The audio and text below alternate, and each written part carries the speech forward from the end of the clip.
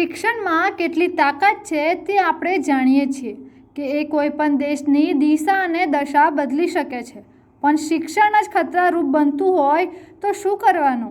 હા, સુરેન્દ્રનગરની એરવાડા ગામમાં જર્જરિત થઈ ગયેલી સ્કૂલમાં શિક્ષણ મેળવવા માટે ત્યાંના વિદ્યાર્થીઓ મજબૂર બન્યા છે. તંત્રીની કંજૂસાઈ અને ના કામ કરવાની આળસ ત્યાં જ દેખાય છે. જ્યાં રેનોવેશન કરીને વિદ્યાર્થીઓને ક્લાસરૂમમાં ભણવાની જગ્યાએ તે લોકો ક્લાસરૂમની બહાર બેસાડીને અભ્યાસ કરે છે.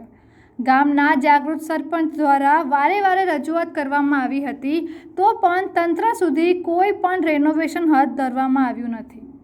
સ્કૂલમાં અભ્યાસ કરતા 100થી વધારે વિદ્યાર્થીઓનું ભવિષ્ય જાણે ખતરામાં છે. કહેવાય છે કે આઝાદી પહેલાં બનેલી આ સ્કૂલનો ઉપયોગ આજે પણ શિક્ષણના હેતુથી જ કરવામાં આવે છે, પણ તેના બદલામાં ત્યાં કશું રેનોવેશન હજી સુધી કરવામાં આવ્યું નથી, જેથી વરસાદ પડતાની સાથે ક્લાસરૂમમાં પાણી ભરાય છે.